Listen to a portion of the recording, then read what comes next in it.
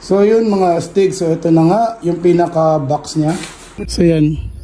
So ito dito natin lalagay, dapat doon mo may lalagay sa may dito. Suksok natin dyan yan. Ito. Yun.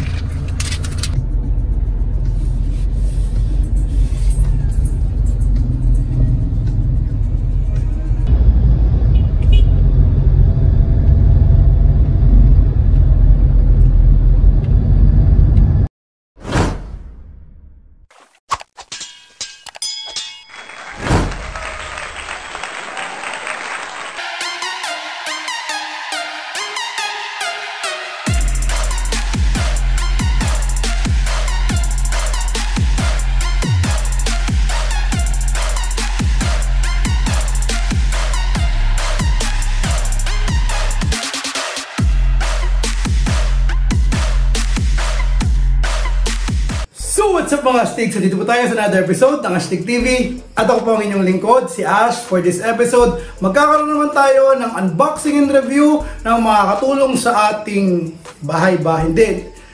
Sa ating car, sa inyong car, at sa ating buhay. Yay! Medyo ginagawa ko ng konti yung ating tagline doon.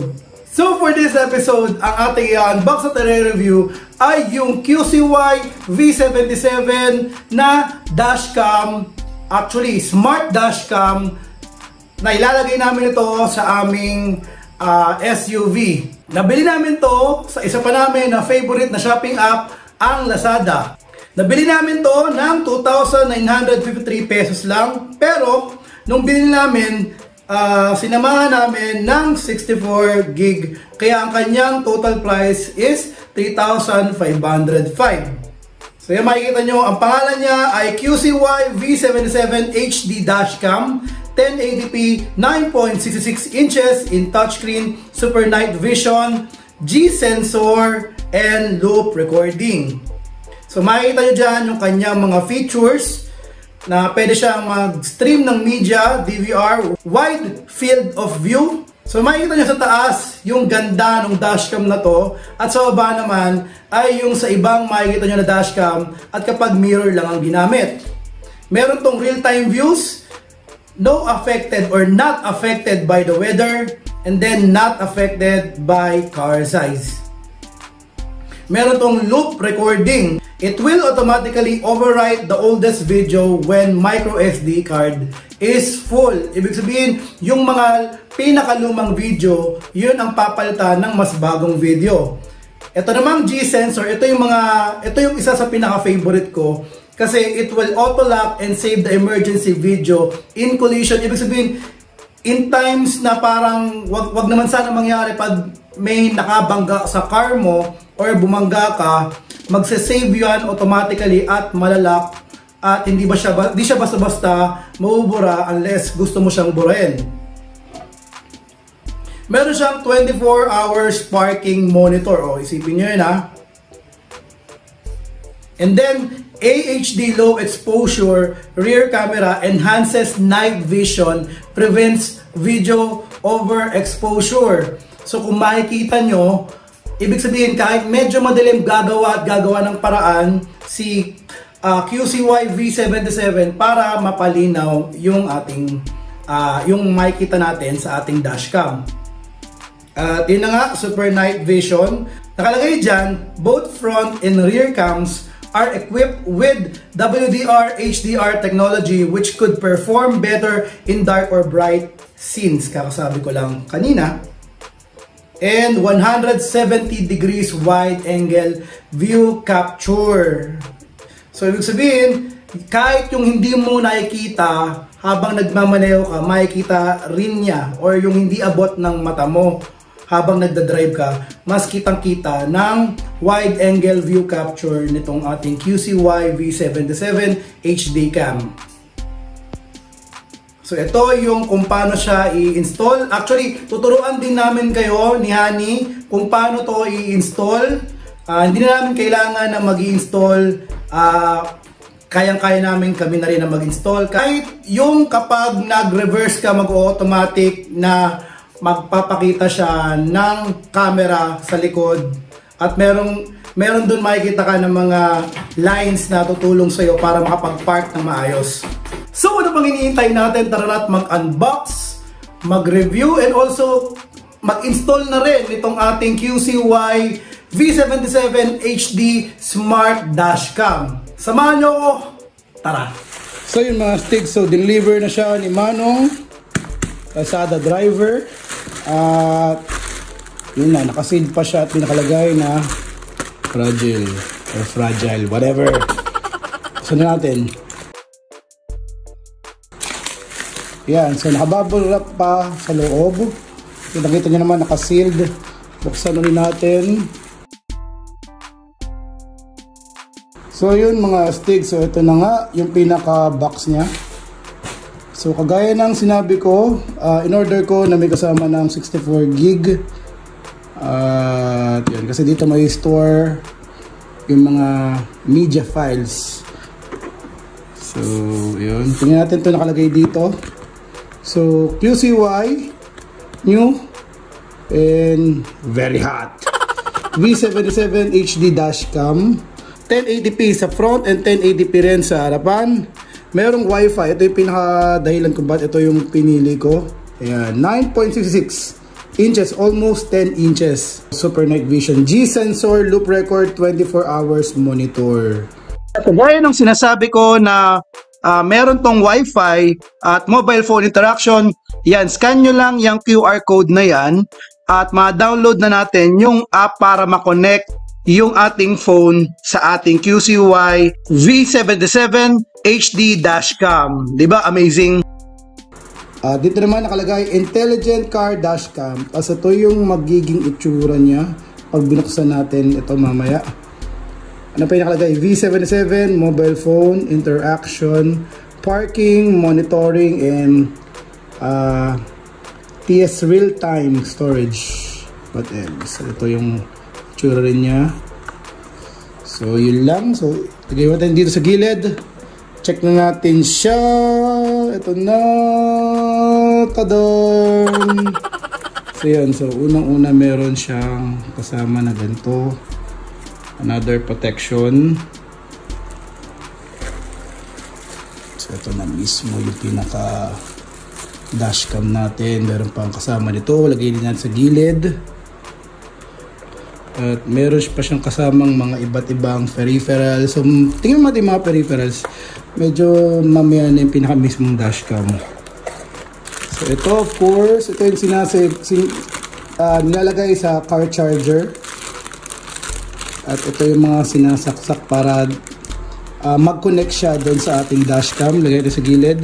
Ito pa kasama to. Ito yung sa likod na camera. Ayan. Ito yung merong 1080p na camera, rear camera. Ito yung iba't ibang para sa connection niya. At ito yung itatap daw dun sa pinaka itatap to dun sa likod sa tail light. Kailangan buksan yung tail light para maitap to. And ito para mailagay mo ng maayos yung mga wires para maitago mo dun sa loob sa interior ng ating car. At ito yung dalawang band na para malagay dun sa mismong nasa unahan, yung para sa mirror na nasa unahan ng ating car. So ito na lang ay yung ating manual, product user manual. So of course nandito yung mga specification, information, yung lahat about the functions and details of the QCY V77 HD Dashcam. Kung meron kayong problema, pag meron kayong mga katanungan, masagot of course ng manual na to. So yun, tingnan natin mismo itong dashcam. So ayan, tadan! Ayan. So tingnan natin mabuti. So meron pa siyang sticker. So di pa siya ma-on kasi kailangan natin ng connection sa loob ng car mismo ito. Ito yun. QCY. At ito yung camera para sa unahan, front cam siya. At kapag mas laki or kasing laki lang yung paglalagyan, kaya pwede mo siyang iurong. Ito, naiurong siya ng ganyan. Ayan, tapos ito yung ating camera. Ayan. Madali naman siyang i-fix or iayos kung saan mo man siyang gusto. At ito yung paglalagyan ng dalawang band. So parang idikit mo siya or ikakabit mo siya sa mismo sa likod nung nasa front mo na cam sa inyong car. Ay, front na mirror pag nasa loob ka ng car. So nakalagay dyan QCY yung model V77 at meron kayong makikita na ayun yung parang logo ng Wi-Fi. Ayan. Ayan, may nakalagay yung warranty sticker niya, naka-intact pa. At dito yung kanyang mga speaker. Kasi pwede siyang nakakaano rin siya, nakakapag-record din siya ng audio. So dito ilalagay yung ating memory card. Ito ating kasama na 64 gigabytes na memory card. At ito yung mga para sa connection, of course, para ma-connect yung mahabang wires. Last dito pala sa baba, yung parang pinaka on and off button niya. So, samahan nyo kami mag-install nito sa aming car. Let's go! Okay, so kunin natin yung mismong ayan, QCY V77 HD dashcam. Ayan, para rubber band lang. Ibig sabihin, siya yung papalit talaga doon sa mirror natin sa unahan. Car charger. Ayan. So yan ang magiging yan yung magbibigay ng energy para ma-open to. Ayan. Mula saan, Nani? Mula dyan, papadaanin ni Hani yan dyan. So tatanggalin natin yung mga kulay black na yan para dyan dumaan yung mga wire natin. Ayan, gamit yung kulay, patingin Hani. Ayan, gamit yan. Pakita sa atin ni Hani kung paano ang paglalagay ng mga wire. Ikaw na paraan yan para malagay yung ating mga wire. Ayan, dyan. Dyan isisingit yan. Yan, sinisingit na niya ngayon. Diba? Hindi na namin kailangan talaga nung parang magkakabit. Medyo mahal pa yung bayad dun. Si Hani lang kayang-kaya na. Kung gusto nyo magpakabit, yeah.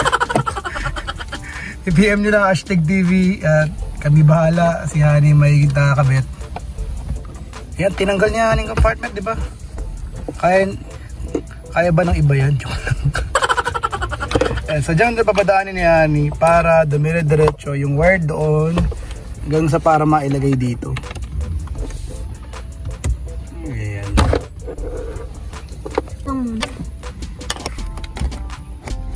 Yan. Nakalagay na yan. So gagawa na para ni Hani para mailagay doon. So dito naman tayo sa pang rear view na camera. Ayan. Mas mahaba yung wire niya, of course, kasi kailangan yan umabot hanggang papadaanin dyan. Hanggang doon sa likod. Ayan.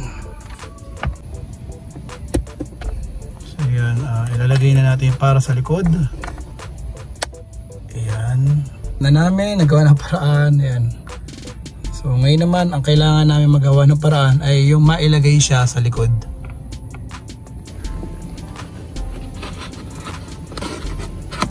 Ayan po, sinisingit uli yung wire na pang rear view na camera.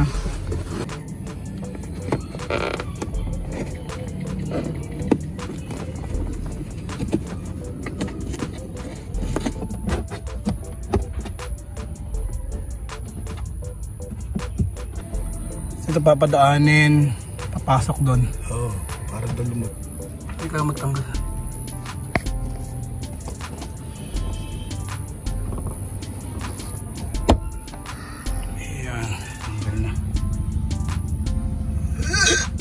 Tago natin dito.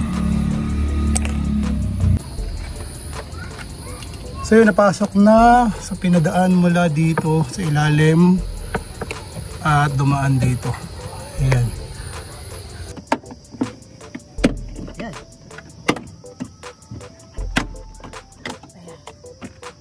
Ayan. Nahatak na. So ito papasok dito. Kukunin sa kabila.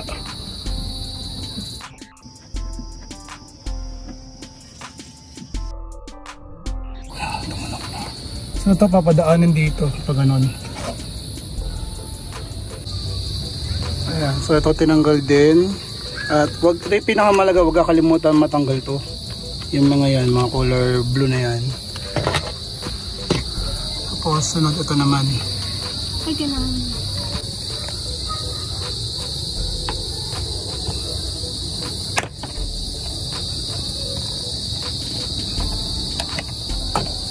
Ayan.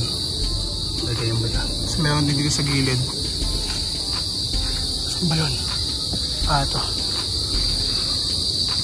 Ito pa.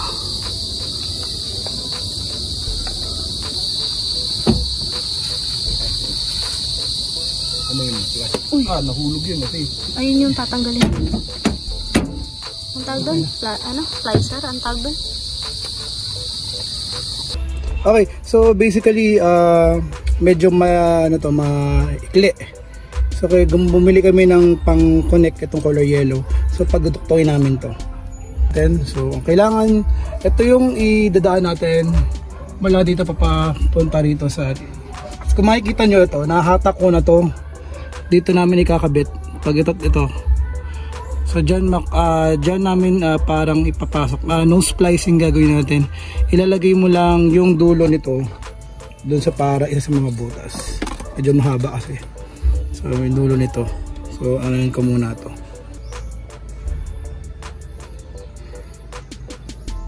So yan. So ito dito natin ilalagay. Dapat doon mo may ilalagay sa may dito. So, suksok natin dyan yan. Ayan, parang yan. Okay. Ayan, so yan, nai-tap na namin, yung pinakita namin, na-iduktong na namin yan. Ay, nag-video na ako. Okay, so dito natin ilalagay. Hindi na ako magtutornilyo, ito na lang. Matibay naman daw to ayon sa lahat ng bumili. Para lang siya yung 3M. Na kapag ito yung ginamit mo, tidikit talaga siya. Kasi kapag tinornilyo, yun pa yung naging dahilan para maano siya tagdod, magkalawang. So kinakalawang yung buong to. Pero kung gusto niya naman ng patornilyo, edi okay lang. So ayan, dyan siya nakalagay. Dyan siya namin dinikit at ayan, matibay naman siya. Di siya malaglag basta-basta. So para sa camera, dito namin papadaanin dito. Sa may ano yan, sa may yung light ng plate number. So ipupush mo lang dito, mabilis lang. Pag na-push mo na, tsaka mo na makapalagay. So nandito na siya. Ayan, hindi siya dumaan. Ito yung ano, ito yung medyo madali ka. Ito yung light ng plate number. Madali lang yung ibalik. Okay yan, so binukol namin, medyo mahaba kasi yung natira na wire. So, binulat ginamitan ng electric tape, pinadaan pa rin dito. At dito nilagyan ng mga ziplock. Ayan. So maya pwede na yung takpan. So yun, nabalik na namin ito. At ito yung mga last na nilalagay para ito pa isa dito. Ayan. Okay na yan. Parang nalagay na rin yung dito. Saka sa kabila. Lagay na rin natin to. Daddy, nagulat ako. Lalo kayo na. And dapat maibalik nyo yung mga tornilyo dito. Tsaka dito. Tsaka dyan. Tsaka dyan. And, ayan, okay na yan. So, and also, ito yung pinaka last part, yung dalawang nandyan sa dalawa. So, yun, okay na siya. Bala na ikabit na namin maayos. So, kung makikita nyo, wala na talagang wire na nakakabit. So, hanggang mula unahan na nandun yung ating dashcam, wala kayong makikita na ng wire na nakalawit. So buksan natin for the first time. Ayan. So ayan, nakalagay QCY. So ayan. So nakalagay dyan, walang memory card. So buksan natin yung ating memory card.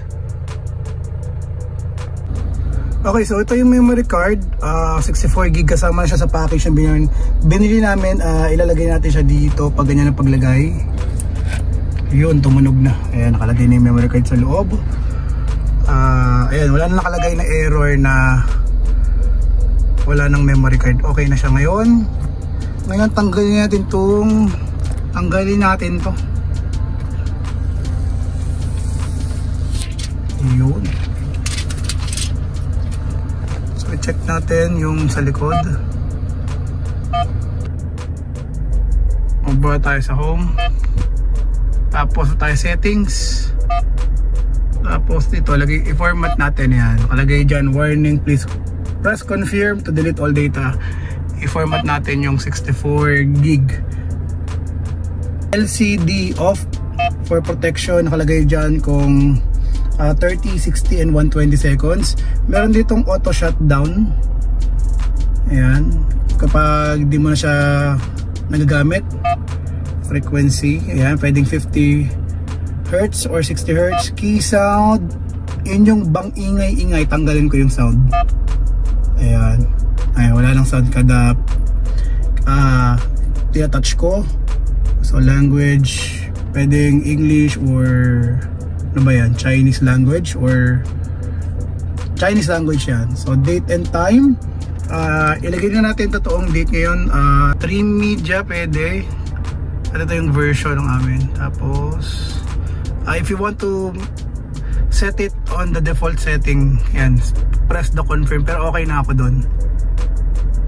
Ang kagandahan din sa kanya is kapag kinlose mo to, ay pwede siyang maging default na mirror kagaya ng dati. Ayun, makikita nyo ako na nag-video pa rin ako. Pwede pa rin siyang maging mirror nandito tulad ng ibang mga dashcam na ganito.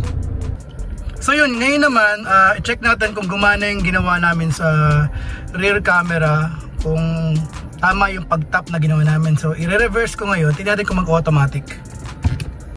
So yan, makikita nyo automatic na meron kayong makikita na parang mga guide na lines. If ever na magpa-park tayo, yan yung tutulong talaga sa atin para makapag-park ng maayos. Ngayon naman, i-test na natin siya sa mismong daan.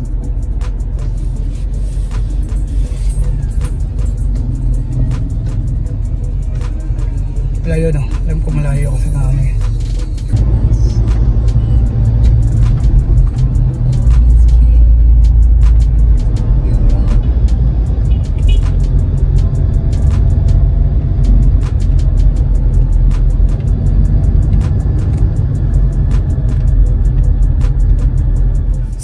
Mga stick, so sana po nagustuhan nyo yung ating unboxing and review for the day. I hope marami kayong natutunan. If you have anything na gusto nyong i-unbox at i-review again, just comment down below, or kung meron man kayong anything under the sun na gusto nyong i-feature sa ating channel, ang inyong channel, ang Astig TV. So as always, please like, comment, share, and subscribe, and hit that bell button for more updated videos.